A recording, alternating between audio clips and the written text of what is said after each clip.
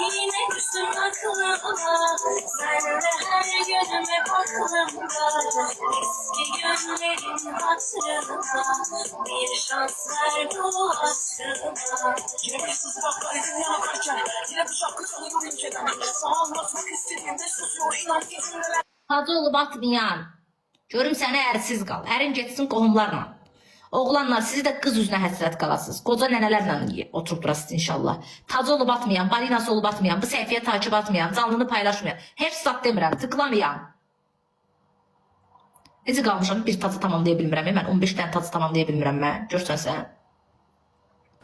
Olmadı aşk falan mıydı? Bunu da yazsam tarihe bile sen nankörsün. Huzuru çok görürsün. Yalanlar adına bir söz verdim. Bak Yə, sənə takip atıram bəbəm.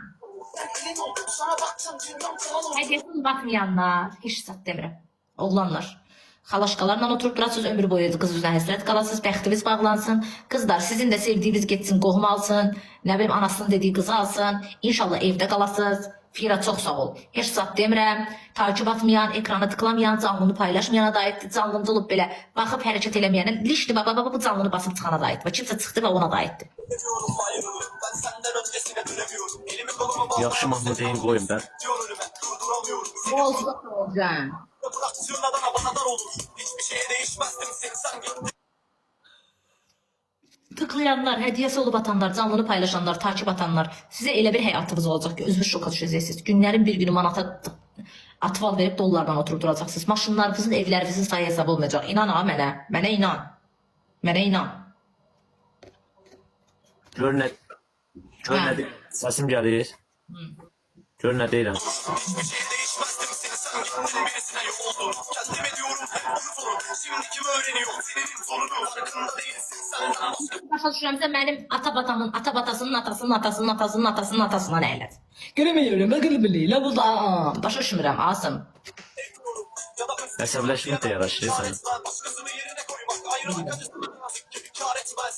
Zor olur belki de imkansız bir umut bulup sevmek. Bu insan ağır sözlə danışır, o qədər. Ürəyim bunu heç vecim almıram. Bir kez olsun içinden geçenleri söyle. Artık avutmak değil de. Əsəbləşmə mən bunu Gerek. Eski günleri heç baş görməzdən gəldim. Başqası belə gəlsə mənə indi yıxıb sürmüşdü. Zaten o ürəyim. Sağ ol. Ben anlayacağım.